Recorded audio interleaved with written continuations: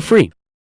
For anyone who thinks recent US history has never been as crazy as it is right now, allow me to present to you the 1960s. Extreme cultural division, major political assassinations, and the closest the world has ever come to nuclear apocalypse. Shocked by the CIA's intrusive methods for putting down socialism in Latin America, a certain Fidel Castro met with a certain Che Guevara in a bar in Mexico City, and the two of them decided they should grow some awesome beards and overthrow the Cuban government, which is exactly what they did. Cuba had been America's summer playground, and America didn't like seeing a communist regime being set up in its own backyard. So the US immediately began training up Cuban exiles to invade Cuba and overthrow Castro. However, as the day of the operation came closer, Kennedy wanted to conceal any US involvement in the plan, so he massively scaled back American air support, and as a result, the Bay of Pigs invasion was a humiliating defeat for America. But Castro felt there was still an impending US threat to his regime. Meanwhile, in the Soviet Union, Khrushchev had a lot of medium-range nuclear missiles that couldn't reach America, but they could if they were positioned, say, on an exotic Caribbean island off the coast of Florida. Hey, I'm a communist who hates America. You're a communist who hates America. You know what that means? We should fall in love. I was just gonna suggest you set your missiles up in Cuba. Oh, no, you're right. That's a better idea. Be still, my beating heart. On October 14th, 1962, a U-2 spy plane over Cuba noticed something strange. Sir, you need to look at this photograph. You're right. That's the cutest dog I've ever seen. Sir, I was referring more to the Soviet missiles. America freaked out as they realized what was going on. They were completely vulnerable, and they had to act fast. They knew that airstrikes or an invasion of Cuba would likely mean nuclear war with the Soviet Union, so Kennedy came up with another idea: a blockade. The US Navy announced it would stop and search any Soviet ships heading to Cuba, and would sink any that did not comply. In response, the Soviet put its military into full combat readiness. The US did the same, and began drawing up plans for an attack on Cuba. Things were escalating fast, and both superpowers were getting ready for World War III. Emergency communications between the two sides broke down as Khrushchev rejected Kennedy's demands for the missiles to be removed, and for the first time in history, US Strategic Air Command moved to DEFCON 2. DEFCON 1 means nuclear war. The Soviets shot down a U-2 spy plane over Cuba. A Soviet nuclear submarine in the Caribbean mistakenly believed war had already broken out, and two of the senior officers gave the go-ahead to fire its nuclear torpedo. Thankfully, the third senior officer, this beautiful man, refused to authorize the decision. The US finalized its preparations, and I kid you not, the day before the US were set to decide the day and time for the Cuban invasion, Khrushchev was like, "Hey, you know, if you just removed your missiles from Turkey, we'd remove ours from Cuba?" Yeah, that sounds good to me. It was a bit more complicated than that, but at the last second, the two sides finally came to an agreement. Soviet missiles were shipped out of Cuba, and the world breathed one gigantic sigh of relief, except for one guy, who was bloody livid. Phew! Let's hope that's the biggest crisis of my presidency. Unfortunately for him, his presidency was to end with one. Having nearly blown up the planet, a few changes were made. First, the superpowers agreed to a limited test ban treaty. Secondly, the Soviets ousted Khrushchev and replaced him with Leonid Brezhnev, who was a kisser. He liked to kiss. Both sides were deeply concerned at the prospect of nuclear war, but still, the arms race raged on throughout the 60s and 70s. US intelligence worked out that the Soviets' nuclear arsenal was not as powerful as they previously thought, but in fact, it was America that held the advantage. ABMs and MIRVs were developed, and the doctrine of MAD. If both sides knew they would be completely destroyed by a nuclear war, neither would risk starting one. But even without war, the world was already feeling the effects of nuclear weapons. In 1966, above the pleasant town of Palomares in Spain, a US bomber collided with a tanker mid-air, and 4 hydrogen bombs fell and landed near the town below. It hasn't exploded, so I'm sure everything's fine. Whoa, boy. Hey, I wouldn't eat that if I were you. Okay. What were you gonna do today? Go for a swim? Yeah, I wouldn't. Are you breathing right now? Yeah? Yeah, I wouldn't. It took the Americans 2.5 months to find one of the bombs, which had gone missing in the ocean. This was the 14th time America had lost a nuclear bomb since 1950. Nobody knows how many bombs the Soviet Union lost. So sleep well tonight. After Kennedy's assassination, Vice President Lyndon B. Johnson took over, and he inherited a developing crisis in the East: Vietnam. Back in the 50s, the Vietnamese had kicked their French colonizers out once and for all, and the country was divided into two. In the north, a communist regime, and in the south, an anti-communist regime. Both were led by very sweet-looking old men, but don't let that deceive you. They were both ruthless dictators, and both dreamed of reuniting Vietnam under their own regime. So the north established the National Liberation Front, also known as the Viet Cong, to carry out a campaign of guerrilla warfare in the south with Soviet support. The US sent advisors to help train the South Vietnamese to deal with the threat, but President Diem's brutal policies pushed more and more South Vietnamese to support the Viet Cong, and over the next decade, the situation escalated to a breaking point. America feared the domino effect. That is, if South Vietnam fell to communism, would Cambodia be next? Then Laos? Thailand? Burma? India? LBJ had to make a choice between losing South Vietnam or sending in the troops, and so in they went. From 1965, America found itself in a war unlike anything it had ever fought before. Let's play Spot the Viet Cong Soldier. Did you see him? Of course not. That's because millions of young American men were drafted and sent to fight a ruthless enemy who used the thick jungle as its shield. It was nearly impossible to tell where the enemy was, or worse, who it was. And as a result, the civilian population got caught up in the brutal crossfire. The city of Saigon found itself under regular attack, and America launched a bombing campaign in the north during Operation Rolling Thunder. The Viet Cong used the Ho Chi Minh Trail running through Laos and Cambodia to supply the campaign. It was a long and brutal war, and I could never do it justice in this video. But in terms of the Cold War, Vietnam was probably the biggest of many global conflicts that signaled a turning point. Under the threat of nuclear war, the two superpowers began working to make their relationship more constructive, and as a result, their ideological battle shifted away from the potential of direct conflict and more towards attempting to influence smaller proxy wars around the world. In the Middle East, the Soviet Union provided aid against Israel during the Six-Day War, and then again when the US backed Israel during the Yom Kippur War. In Africa, the Angolan Civil War saw US-supported South Africans fighting Soviet-supported Cubans. In the conflict between Somalia and Ethiopia, the superpowers interestingly switched sides as regimes changed, and the US continued fighting the spread of communism in its own backyard, funding the famous Contra groups to fight the socialist junta in Nicaragua. These proxy wars were fierce enough to begin with, but superpower intervention amplified the destruction and created alarming levels of human suffering throughout the Third World. And in Vietnam, that human suffering was all being broadcast back home via good old television. Going into the late 60s, America was a changing nation. This became this became this, and this became this. The new slogan that was taking root: make love, not war. The majority of Americans did not approve of Johnson's handling of the Vietnam War, and in 1968, a silent majority elected law and order candidate Richard Nixon. As the Vietnam War appeared to be increasingly unwinnable and public opinion turning increasingly sour, Nixon made the decision to begin bringing the troops home and ended US involvement in Vietnam by 1973. 2 years later, the South fell.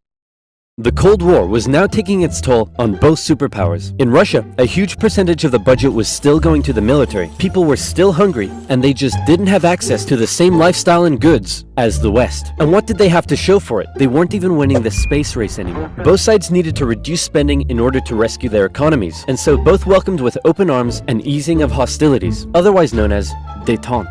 To improve relations, Nixon became the first US president to visit Moscow in 1972, and Brezhnev returned the gesture a year later. A number of treaties were signed, including the 1972 SALT agreement that limited nuclear weapons. Relations with China were even improving via ping-pong diplomacy when the US table tennis team went on a tour of the People's Republic. However, internally, China was still pushing anti-capitalist propaganda, which led to some mixed messages. Nixon even visited China in 1972, and it was a barrel of laughs.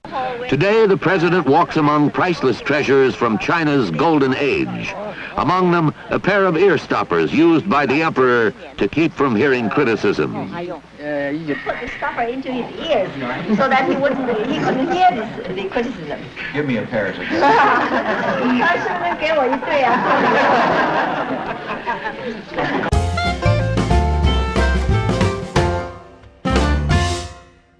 Everything was going great for Nixon, until it was uncovered that back home he was being a very naughty boy and violating constitutional protocol. I'm announcing today my resignation as president, and I'm passing the office to my vice president, Gerald Ford. Wow, you mean in America the people can actually remove their leader when he breaks the law? Why not just rule by force? Where's the corruption? And my first act as president is to pardon Nixon.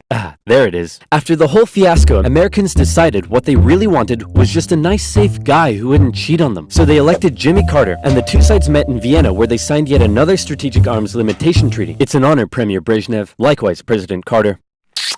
Please don't do that. But that's not to say there was no longer any tension between the two sides, because there was. Heaps of it. Once again, the Soviet Union put down further attempts at reform and rebellion in the Eastern Bloc. The Euro missile crisis saw new and improved classes of intermediate-range missiles being deployed in Europe. In 1979, the Soviets thought it would be a good idea if they had their own Vietnam and invaded Afghanistan to prevent a US-sponsored Islamic insurgency. And in response to these various crises, Olympic Games were boycotted. Conservatives were concerned that US policy had become too soft, and in 1980, they decided they wanted a president who would be tough on communism, so they elected Ronald Reagan. and Reagan came in guns blazing. Concerned at the Soviet Union's human rights violations, he made a speech calling them an evil empire, and he also wanted to renew the arms race using technological advances in computing and lasers. He came up with the Space Defense Initiative, also known as Star Wars, which was basically a big defensive anti-nuke shield around the country, but a lot of people thought it was a pretty dumb idea. The Soviet Union perceived this shift in rhetoric as the USA getting ready for war, and they were feeling especially threatened as their relationship with their communist ally China had broken down. Relations took a big hit in 1983 when the Soviets shot down a Korean airliner that had strayed into their airspace, and it looked like the world was going right back to mid-20th century Cold War tension. But then Brezhnev got really old and died, and was replaced by this guy who was really old and died, and was replaced by this guy who was really old and died, and he was replaced by Mikhail Gorbachev. Coming into office in 1985, he was the real game changer. His philosophy differed a lot from previous Soviet leaders. He felt that the reason the Soviet system and economy was struggling was that it didn't allow the Soviet people to find satisfaction in their work, because they weren't allowed to speak freely and lived in fear. Gorbachev wanted the Soviet people to be happy, but unlike previous Soviet leaders, he actually made the change happen. Within the first couple of years, he began the political movement for more openness and transparency, and the restructuring of the Soviet political and economic systems. And change very quickly took effect. People could criticize the government, they could enjoy Western pop culture, the media interviewed Margaret Thatcher, but most importantly, the Soviet people could now enjoy Pizza Hut. All hail to Gorbachev. He also knew that the arms race needed to end in order to rescue the Soviet economy, and a positive relationship with the West must be established. Constructive dialogue reopened and resulted in the INF Treaty, which saw all intermediate-range missiles eliminated, which was huge. Reagan's tone towards the Soviet Union began to soften, and things were looking up. But what would these reforms mean for the Eastern Bloc? For decades, the Soviets had been brutally suppressing any attempt at change. Now, would they be allowed? And that was the exact question on Hungary's lips when the Prime Minister visited Moscow. Gorbachev's response: he didn't necessarily agree with the reforms, but he wouldn't stop them either. He was prepared to let the Eastern Bloc choose its own future. This was massive, and the Hungarian leaders began planning free, multi-party elections. Poland followed suit, and also held elections in June. The anti-Soviet party, Solidarity, won 99 out of 100 seats in the Senate. But not just that. In Hungary, the barbed wire border between East and West was removed.